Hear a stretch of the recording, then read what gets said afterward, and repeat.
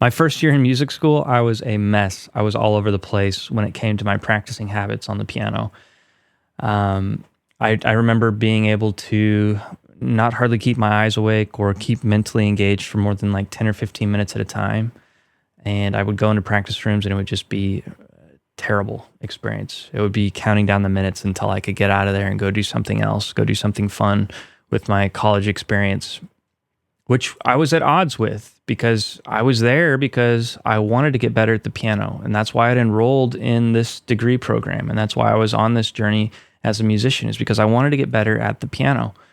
But I was struggling. I was avoiding practice during the week. And then the night before the lesson, I was trying to cram everything in and make sure that I was ready for class the next day and my lesson with my instructor. And it just wasn't getting me where I wanted to go. And my instructor was really kind, really helpful, helped me understand, hey, Kaleb, let's block out some time that you can get some practice in every day. Doesn't matter how much progress you make during that time, but you're going to have, let's start with just an hour. Take 25 minutes on, 5 minutes off, 25 minutes on, 5 minutes off, or 15 minutes and then take a 5-minute break. However you want to break it up. But make sure that you lock yourself in that room. Don't let yourself quit until you've gotten an hour in a day. Doesn't all have to be at once, but make sure you get that time. So I set my mind to it. And I've talked about it before, but I wanted to quit after feeling just kind of behind some of my other peers. But I gave myself that first year. After I kind of got locked in, I was like, I have until this time next year to see where I'm at. If I haven't caught up or I haven't figured anything out, it's not getting any better, then I'm not going to keep going. And so that's what I did. I started to try to lock myself in that room and practice for an hour a day. And it was terribly hard. It was terribly tough. My brain didn't want to focus. I kept falling asleep. And I remember one time in particular when I sat down, I'd done some practicing. I was getting really sleepy and tired, and I just closed the fall board over the keys, and I laid my head down on the keyboard, and I fell asleep. I don't know how long I was out, maybe 10, 20 minutes, I don't know.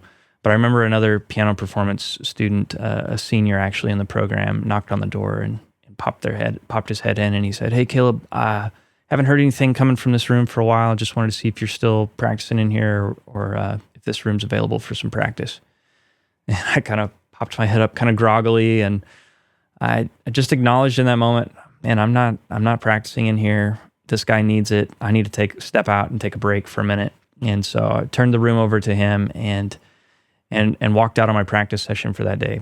But over the next several years, as I was in that program, I kept at it, and I kept adding time, practice time. And by the time I graduated, I was at a place where I could do 4 hours a day, no problem. Like I'd do like 2-hour blocks at a time, 25 minutes on, 5 minutes off, 25 minutes on, 5 minutes off.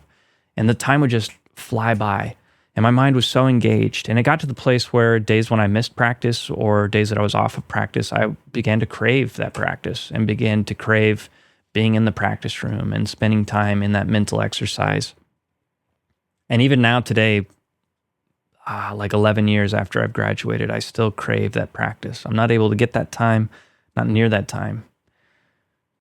Honestly, maybe 30 minutes a week now. I would love to build that back in. This is something we're going to talk about in the episode, but I just haven't built that system into my life. I built a system during my undergraduate years when I was studying piano to do all that work, and it turned out really well. It created a system where I craved that kind of work. I craved to do that kind of thing. And that system compounded over the next 4 years that I was in the program and culminated into something that I'm really proud of in my undergraduate degree and my senior recital and the program that I was able to put together there to finish my capstone for my undergraduate degree. And it's just proof, if I look back, or a stake in the sand, or a testament to what compounding work will do and what a quality system, if you set it up right and align your life with it, will do. And I think podcasting is the same. My hypothesis and my bridge into podcasting with that story is that podcasting is the same. Without systems inside of our podcast and outside of our podcast, we're just cramming and hoping for the best results. And that's exactly what we can't be doing. So this episode is supposed to be just kind of a summary and a reflection point for me on my podcasting journey. over the last 36 episodes and the last 12 clarity calls that I've been able to do with podcasters in the last 6-ish months that I've been doing that, and 8 or 9 months of the actual podcast production, and exploring why systems fail, how to build ones that last, and touching on briefly what next season is going to look like. So let's dive in and let's talk about this, because cramming doesn't cut it. That's where I've been with this system and trying to figure it out. But routines and systems that are regularly and repeatable compound, and those do cut it. So let's talk about those and how to build those moving forward for this show, for me, and for you guys in your show.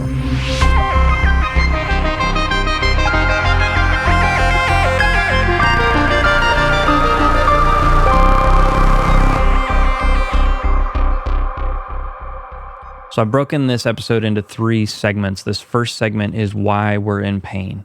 And I believe that we're in pain because we have no systems in place or we have broken systems in place.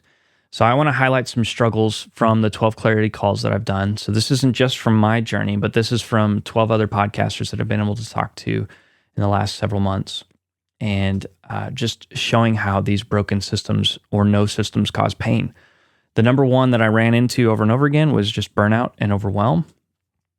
Number 2 is unclear sense of direction. Number 3 was monetization struggles with their podcast. Number 4 was tech and editing woes. And I had a couple podcasters that I talked to about just stale community. So let's dive into each one of these and talk about each one a little bit. So with burnout and overwhelm, talking to some podcasters, they were talking about how felt like they were chasing their tail. And another podcaster talked about how she's a mom and she's trying to balance her motherhood and her work and her podcast. And it makes sense why you'd feel burnt out and why you'd feel overwhelmed talking to some of these podcasters, just at a flyby overhead glance.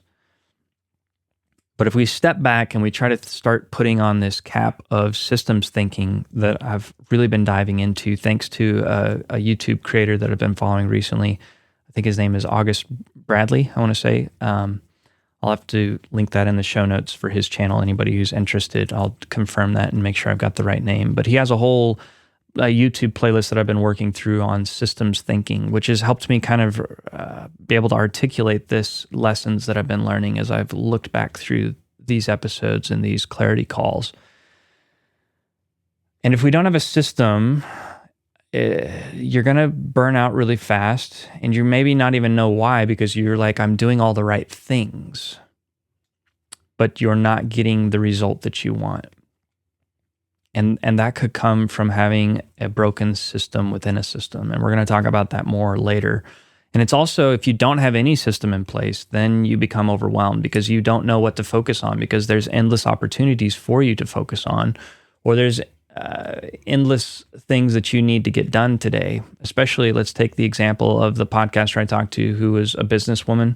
She was a mother, and she was trying to run her podcast. Those are 3 very time-consuming and worthy and noble goals. But if you don't have some kind of system in place that works in your life, you're going to be overwhelmed by all those things that you have to take care of. Another pain point that we talked about, or that I mentioned just a moment ago, is the unclear sense of direction. So I talked to one podcaster, or several podcasters rather, who had no clear sense of their niche and no clear sense of their ideal listener avatar. Maybe they had their topic nailed down in their niche of what they wanted to talk about, but they didn't know who they wanted to be talking to. And in this system, if you don't have a niche, and if you don't have, if we take this equation, no niche plus no IRL or ILA, ideal listener avatar, you're going to, that equals overwhelm. It's a recipe and a formula for overwhelm and for burnout.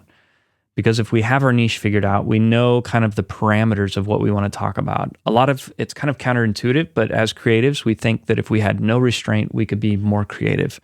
But through coursework that I've studied and through personal experience, the more restriction I give myself, the more guardrails I put around myself, the more creative I have to become, because I have to overcome these supposed roadblocks or these guardrails that are supposedly keeping me from creativity. I have to rise above those with creativity. And so by putting some of these guardrails in place, like a niche or like our ideal listener avatar, it's going to draw out more creativity for us. It's going to actually free us up more and create more mental space for us to actually focus, in this case, on the podcast. Let's talk about monetization and the pain point here. This one and the stale community, I think, are a pain point and an example of a lack of mindset system. Maybe a mindset that needs to shift or change. I talked with one podcaster in particular. Let's talk about the stale community aspect for a moment, who talked about feeling like communities just became stale. If you're able to create on a high level, and now with AI, I think this is more sustainable as well, but it's less about the engagement in your community, because let's face it, if you have a free community, a lot of people there are going to be kind of freeloaders or just looking for value without actually paying. And data and history and experience says that if people aren't paying with their own money, they're not necessarily going to be as serious. So in being in some other free groups, I've found that it's kind of par for the course for the engagement to be lower in those places. But that doesn't mean that your payout or your flywheel is going to be less effective because that engagement isn't there. You're still having access to these people. You're still feeding into these people's lives. And when they're ready, they'll know who to call because you've put in the time and the effort. So I think there it's a change in system of updating our mindset, updating our system to say, this is valuable because I want these people to think of me when they're ready to make a move. They're not ready now, and they're in a free group, and they're getting free information, but they're not ready to actually purchase my help or my guidance yet. And that's okay. Same with the monetization struggle and the system around that. I think there it's another mindset shift of unless you've been able to be in a career path that has forced you to build a system where you are extremely articulate and you have extremely high value in the industry that you're podcasting in, I think it's unrealistic for you to think that you're going to be able to just jump into podcasting and make it monetarily sustainable right off the bat. There's a lot of things that are going to have to go into place, a lot of systems that are going to have to be built over time that are going to work in tandem and in compound with other systems that you build. And if you haven't been forced to build those or had the opportunity to build those rather earlier in your career, you're going to have to do it now for your podcast, and that takes time. So if you're like 20 episodes in, 30 episodes in, don't have the mindset and the expectation that you need to figure out how to monetize this right now with a brand deal. There may be exceptions to the rule, there always are, of people who are ready and able to monetize right now. But by and large, for most of us, that's not going to be the case, and that's not going to be how it plays out. So just set your expectations to know, hey, that's okay to look for a brand deal and to be thinking of sponsorships in the future. But right now, that's probably not realistic, and I need to work backwards from where I need to get to and figure out how to get there so that I can have that. Should we be thinking about other ways to monetize and systematize making this monetarily sustainable? Absolutely.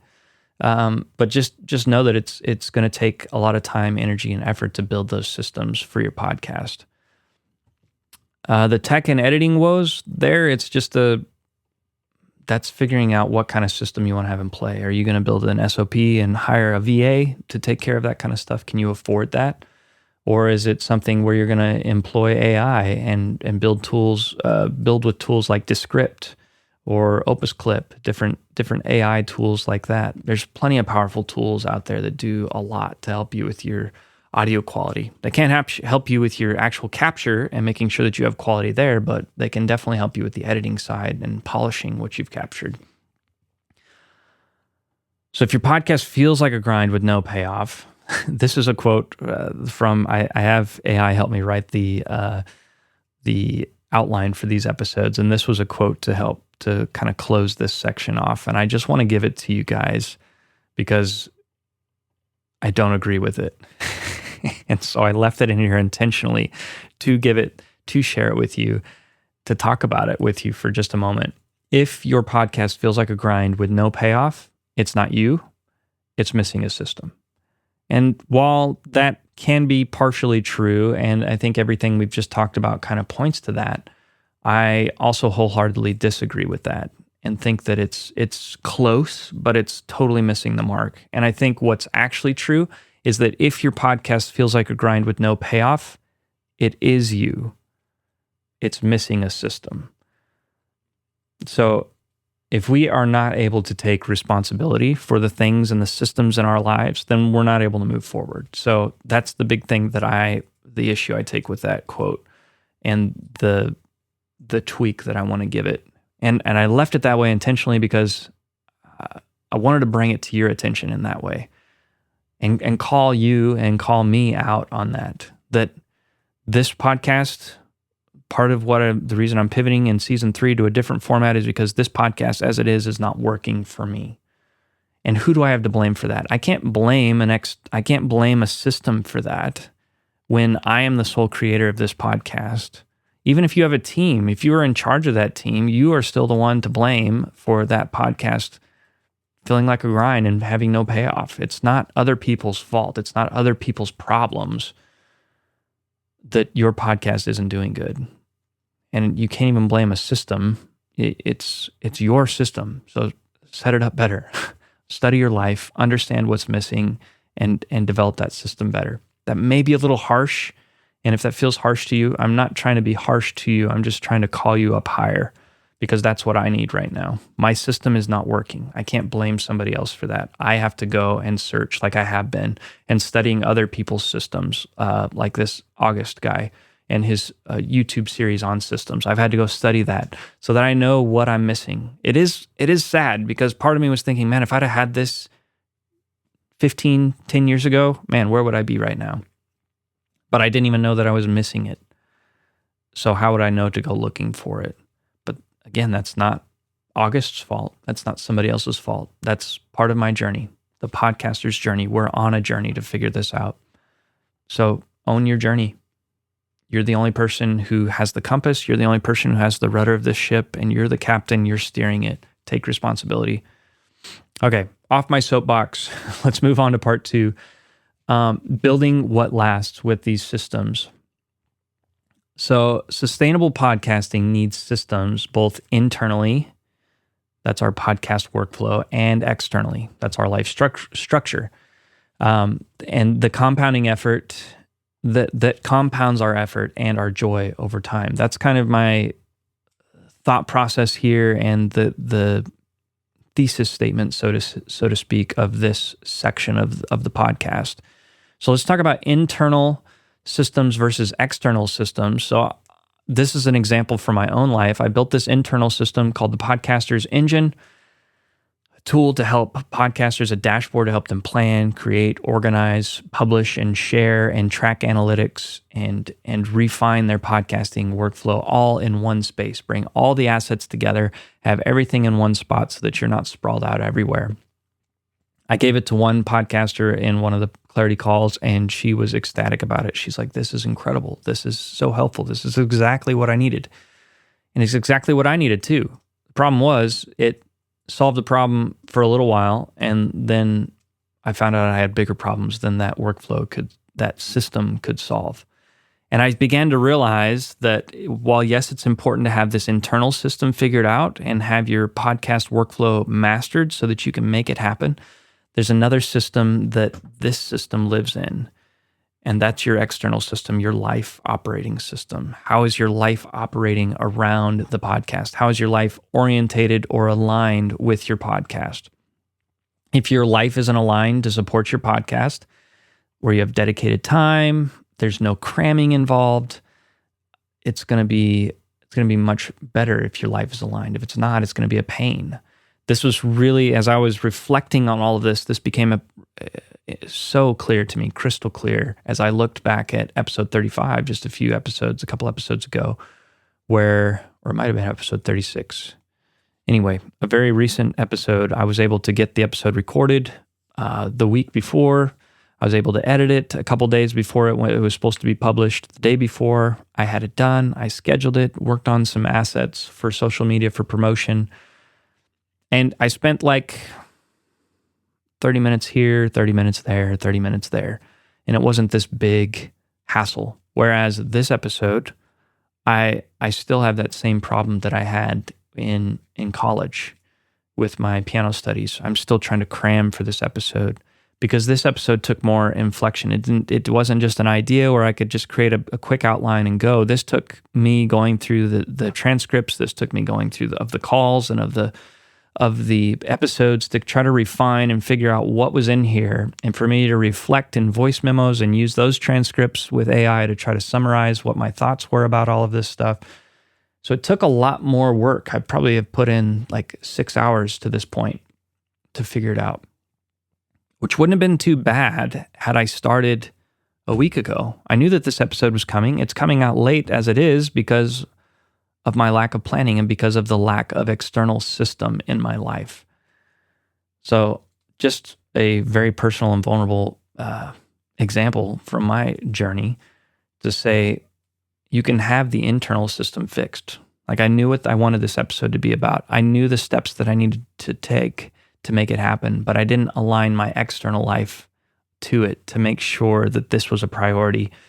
And that is something I'm actively working on. I'm building a personal operating system that I'm calling the Vision operating system that's for my personal life.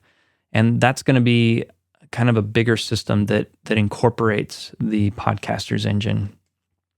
And if you're, I've not done this with anybody, but if you're interested in learning about that, or it sounds at all interesting to you or like something you would need, please hit me up. I don't have a business model for this. It's not something I'm trying to sell, but it is something maybe in the future I'd be interested in. But I just have a passion for helping other people. And this is an area that I'm trying to help myself in. And I'm going to talk about it later, but building within a community is very helpful. So if that sounds like something that could help you, feel free to reach out, and I'd love to work it out with you as well, because it's going to just make everything stronger for me. Anyways, back to the Vision operating system. That's going to be something that the podcaster's engine lives within. So that I'm building right now a daily lifestyle cycle where I'm actively putting energy and time into the podcast regularly, rather than just trying to fit it in where I have time left over. And then if I don't have enough time, I have to cram it in later, like on Monday or Tuesday morning when I need to be working on another project. But I'm trying to keep consistent and keep this going. So I'm trying to fix that external system right now. But all that to say, systems are good as long as we keep them where they need to be, and that is as a servant to your life, as a guardrail for the life that you're trying to build. It's not your overlord. It's not your master when it comes to these things. Don't be afraid of the messy start. We can't. So all that to say, what I'm trying to communicate here in this section is that we have to just jump in and start. We can't write the perfect system and hope that, and believe that that's going to take care of everything. We have to start with a messy start. I have to build a system and pick up the pieces as we go and start catching things as we go. And then we have to be willing to change it as we go over time, as we get more data and we figure out what needs to change within our system. And there's no shortcuts. Just like with my piano journey, I had to put in the hours. I had to figure it out. I had to start and just keep going and keep refining and working it out until it became natural and something that I craved when I missed. I think a lot of podcasters think it's going to be easy or want to skip the grind because we're just talking into a microphone. How hard could it be? But if you want to become somebody like Joe Rogan or Diary of a CEO, the shows of those kinds of renown, it's going to take a lot of effort, a lot of research, a lot of intentional planning, a lot of thought, and really well-defined systems so that you don't become overwhelmed and you don't become burnt out, and that you have time to do the other things in your life that you're trying to do. So as you build these systems, here's some things that I want you to keep in mind that I've taken away from from my experience so far. Number one, the number one KPI or statistic that I think you should be tracking in your podcast is joy. If you don't have a lot of joy in your system, then I think that's the number one indication of your sustainability as a podcaster. If you're not finding joy within the process, within the system, then it's not going to last. And I would urge you and encourage you to find ways to make things as joyful as possible. That's part of the reason I'm making this shift for season 3, because I was looking at my system and I was like, this is not sustainable for me because I'm not enjoying it. It's taking a lot out of me and not giving a lot back to me. Another thing to keep in mind is the Law of Subtraction. In episode 8, I believe it was, I did an interview with Anthony Cato, and just incredible artist, creator, and YouTuber and photographer, videographer. If you haven't listened to that, highly recommend that episode. But he does a video, I'm going to link it down in the show notes as well, about, we didn't really get into it in the interview, but one of his works of art that he has on his YouTube channel is this, The Art of Subtraction. And I just encourage you to go check it out, because part of what your system may lack or need is that it needs a lack of other things in the system. It needs things cut out. It needs things subtracted. And don't be afraid to cut those out. I referred to this like 10 episodes ago where I declined a $1,200 gig, and I relayed to you the elation and the peace and the energy I felt by declining that opportunity. Yes, I needed the money. But no, I didn't need the work, in the sense of what the cost of that would be on my mental state and my systems. Was my system able to hold that up? Wouldn't have been. I didn't really know that at the time. My system was very fragile. It's still fragile, but not as fragile as it was then. So just keep those in mind as you're building your system and tinkering with your system and figuring that out. And part 3 are just 3 lessons that I want us, key lessons that I want us to take away together from the last 36 episodes that I've completed. Wow, that's crazy.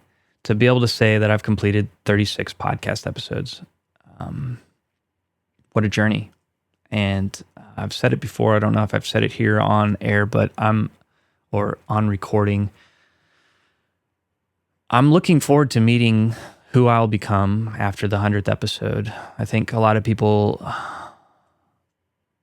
look at a podcast as the financial gain it could bring them, but there's so many other things that it could bring. And I'm just incredibly grateful to be on this journey and looking forward to what 100 episodes will do. It's a challenge. Today was extremely challenging to get to record, and maybe I'll get into that in another episode, but that's just from life shifts and different things happening behind the scenes here.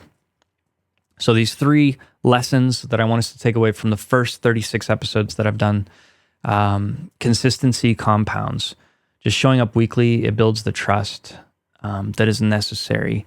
If we think about it as like a bank account, each episode is like a deposit into a bank of trust, and it grows slowly, but it's powerful. The most important thing you can do week after week for your podcast is showing up and being authentic and depositing another brick of trust as you're building this bank account that's going to exponentially grow. Or think of it as a bridge that you're building to other people that's going to just do work by itself in the future after you've built the whole bridge. As I've been thinking about consistency, I've thought of my friend Seth, who I worked with early on in his podcast journey with his podcast, the Stupid Questions podcast. It's just been incredibly rewarding to watch what consistency has done for his podcast. Obviously, Seth does a great job. He's a great conversationalist. He asks great questions. He probes into things that I think a lot of people shy away from, and I think that's one thing that makes his podcast really great. But he's been incredibly, all that in addition to, he's been incredibly consistent. And I remember when we were working together, he, I don't know, after like 30 or 40 episodes, we had quite a backlog built up, and he came to me and he said, "Kaleb, I think I want to go to 2 times a week." And I was like, dude, everything I've studied about podcasting, you need to be consistent. You can't be dropping off. And I was like, that's a big commitment to go from one time a week to posting twice a week. He's like, yeah, but I think I can do it. We've got a lot of backlog. I'm enjoying these interviews, and I've got a lot more lined up. So I think we can do it. And I said, okay. And we did it. And he's now produced, I should have looked before I got on here. Last I saw on social media, he just finished episode 151. I'm not working as closely with that project anymore, but it's just been incredibly satisfying and rewarding to watch his journey blossom and bloom as he's continued to be just incredibly consistent with his work on that podcast. And that brings me to the second key lesson, and that's that community matters. This one also is tied to Seth. As I've watched his journey and how he's grown as a podcaster, just watching, he's been trying to make it professionally as a professional triathlete, trying to arrive and get his professional card. I haven't followed that part of his journey as closely, so I don't know if he's already completed that, but that was, he wanted to have this conversation with things he was passionate, with people in spheres that he was passionate about. He's passionate about triathlons and athletics, passionate about music, passionate about business. And he's had different people in all those aspects on his podcast, primarily in the triathlon world, but he's had several, every episode is a new guest. So probably over 100 guests, different guests by now.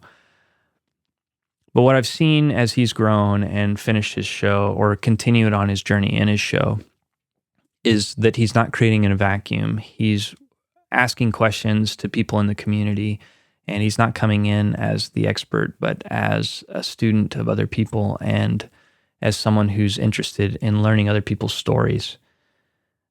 And I think that is something that the podcaster's journey, my podcast, has missed. I've created largely in a vacuum, done my own research, done my own presenting, and acted like I was already the professional, or I was already had my pro card in podcasting, so to speak, if I'm drawing an analogy.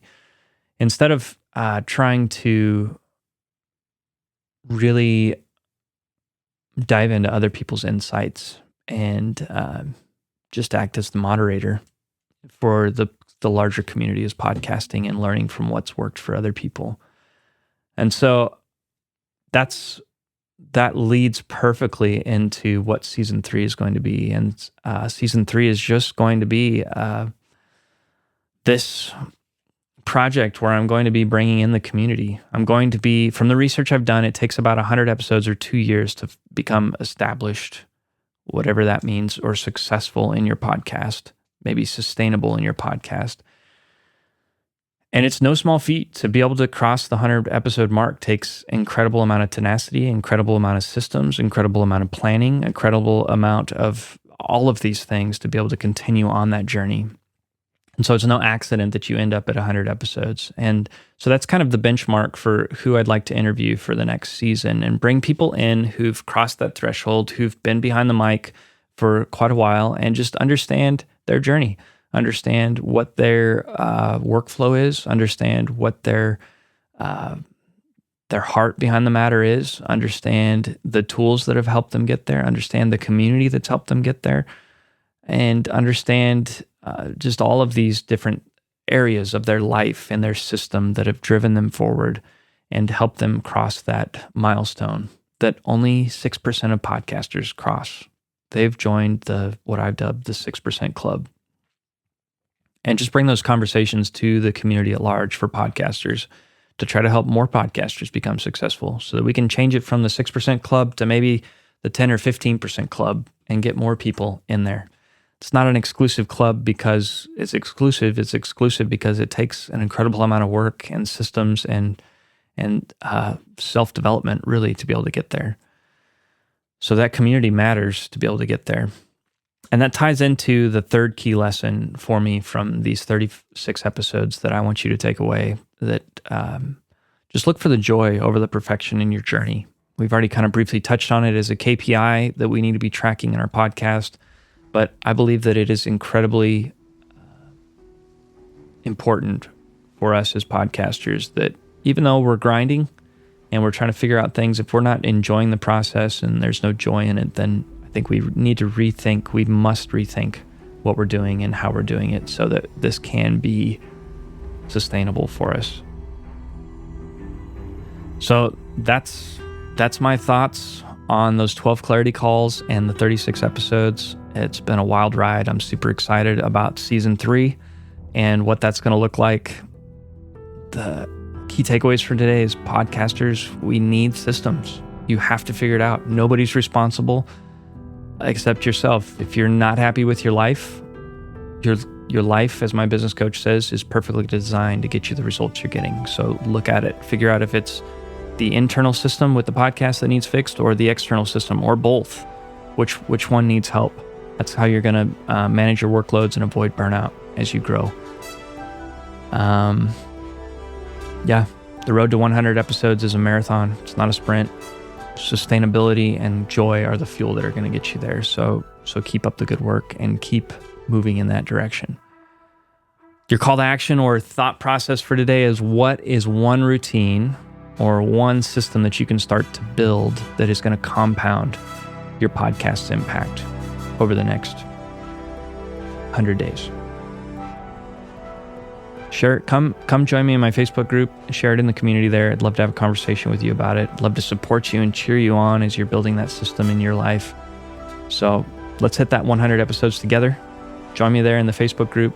And until next time, happy podcasting.